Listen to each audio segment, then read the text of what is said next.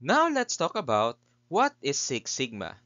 It is a driven methodology aimed at improving business processes by reducing variability and defects.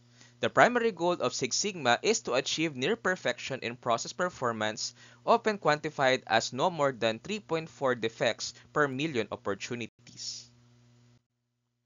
Six Sigma follows two main methodologies. First is DMAIC, or define, measure, analyze, improve, and control. This is used for improving existing processes.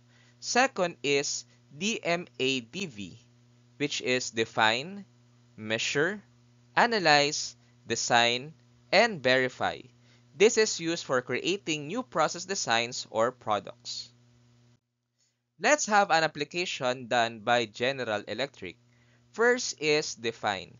GE faced inconsistencies and defects in its various manufacturing processes.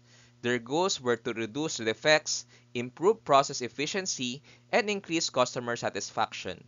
Second is measure. GE collected data key performance indicators such as defect rates, cycle times, and customer complaints. Third is analyze. GE used statistical analysis tools such as root cause analysis, regression analysis, and hypothesis testing to identify the root causes of variability and defects in the processes. Fourth is improve.